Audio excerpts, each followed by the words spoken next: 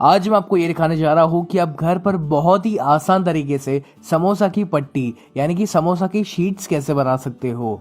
और इन समोसा की शीट्स को बनाने के बाद आप इसको आराम से 5 से 6 महीने के लिए स्टोर कर सकते हो। तो इनको बनाने के लिए पहले आपको एक मिक्सिंग बाउल में या फिर एक परात में तकरीबन 2 कप जितना मैदा यानी कि ऑल पर्पस फ्लावर लेना है।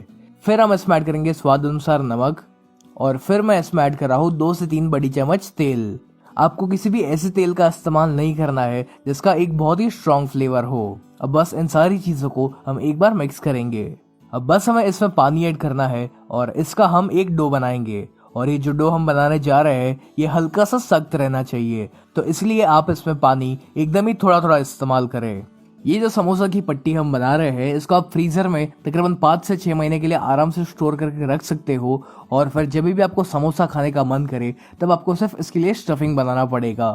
तो अगर आपको ये जानना है कि इस समोसा के लिए स्टफिंग कैसे बनाया जाता है तो आप मुझे कमेंट्स में ज़रूर लिख कर बताइएगा, मैं उसकी भी रेसिपी आपके साथ ज़रूर शेयर करूँगा। जब ये डो इस प्रकार से एक बार जुड़ जाए तब आपको इस डो को लगातार 5 से 6 मिनट के लिए मसलना है ताकि इसमें जो ग्लूटेन है वो एक्टिवेट हो जाए और ये जो डो है ये एकदम ही स्मूथ हो जाए। चलिए, अपना ये जो डो है ये रेडी हो चुका है और ये इस तरह से हल्का सा सख्त रहना चाहिए। तो अब इस डो को हम ढक कर इसे हम तकरीबन 15 से 20 मिनट के लिए रेस्ट करने देंगे। अब इस डो को रेस्ट किए हुए तकरीबन 15 मिनट हो चुकी है, तो इसको हमें वापस एक बार मसलना है। अब किसी भी एक फ्लैट सरफेस के ऊपर हम थोड़ा सा मैदा छिड़केंगे और फिर इसके ऊपर इस डो को रख कर हमें इसको रोल करना है।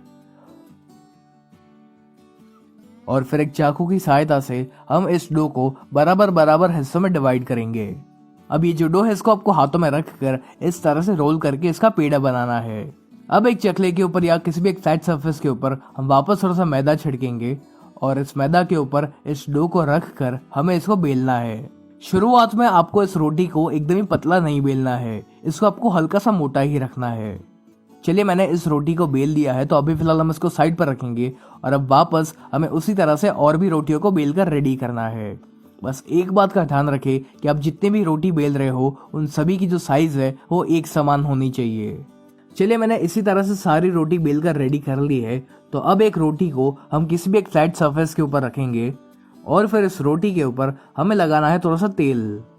तेल लगाते समय पर इसमें जरा भी कंजूसी मत करिएगा, क्योंकि अगर आप बहुत ही कम तेल का प्रयोग करते हो तो आपकी जो समोसा की शीट्स है वो एक दूसरे से सेपरेट नहीं हो पाएगी। इस रोटी के ऊपर तेल को हर तरफ इवनली स्प्रेड करने के बाद हमें इसके ऊपर ऐड करना है थोड़ा सा मैदा यानी कि ऑल पर्पस फ्लावर। मैदा भी आपको हर तरफ अच्छे से स्प्रेड करना है। और फिर इस पर मैदा स्प्रेड करने के बाद जो दूसरी रोटी हमने बेलकर रेडी की हुई थी वो हम इसके ऊपर रखेंगे। अब ये वाली रोटी के ऊपर भी हम वापस थोड़ा सा ऑयल अप्लाई करेंगे। एक चीज का ध्यान रखेगा कि ये जो डो की एजेस है यानी कि जो बॉर्डर है वहां पर आपको ऑयल अप्लाई करना ही करना है, ताकि आपकी जो समोसा की शीट्स है वो आसानी से सेपरेट हो पाए। ऑयल अप्लाई करने के बाद हम इस पर भी थोड़ा सा मैदा छिड़केंगे और फिर इसके ऊपर हम वापस एक रोटी रखेंगे। तो ये मैंने 3 रोटियों का इस तरह से एक सेट बनाया हुआ है और इसी तरह से मैं बाकी रोटियों का भी सेट बनाऊंगा।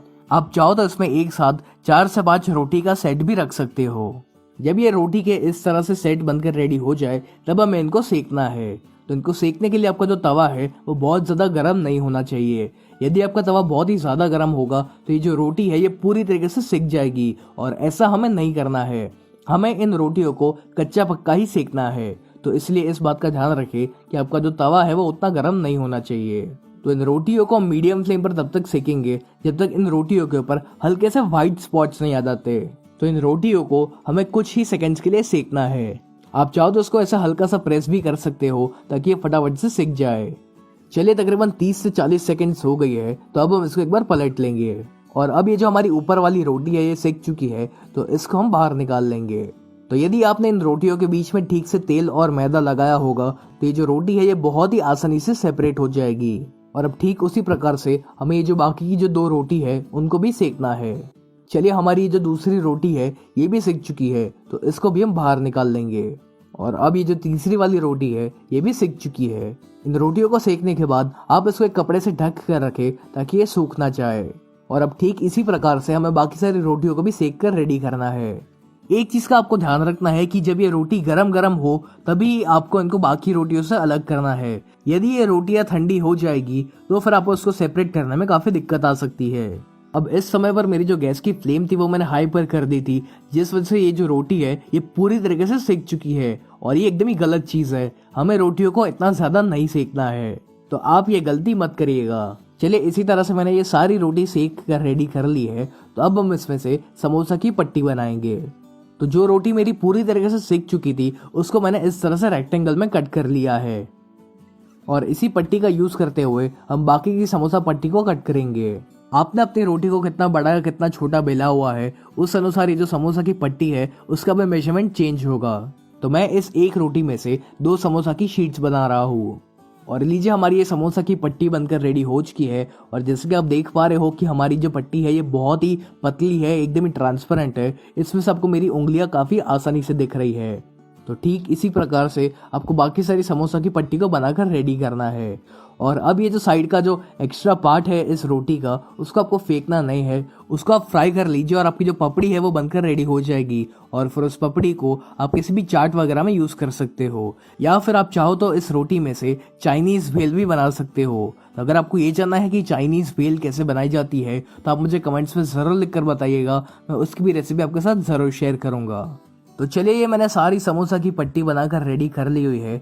तो अब आप इस समोसा की पट्टियों को किसी भी एक एयर टाइट कंटेनर के अंदर रख कर या फिर इस तरह की एक जिपलॉक बैग के अंदर रख कर आप इसे फ्रीजर में 5 से 6 महीने के लिए आराम से स्टोर कर सकते हो।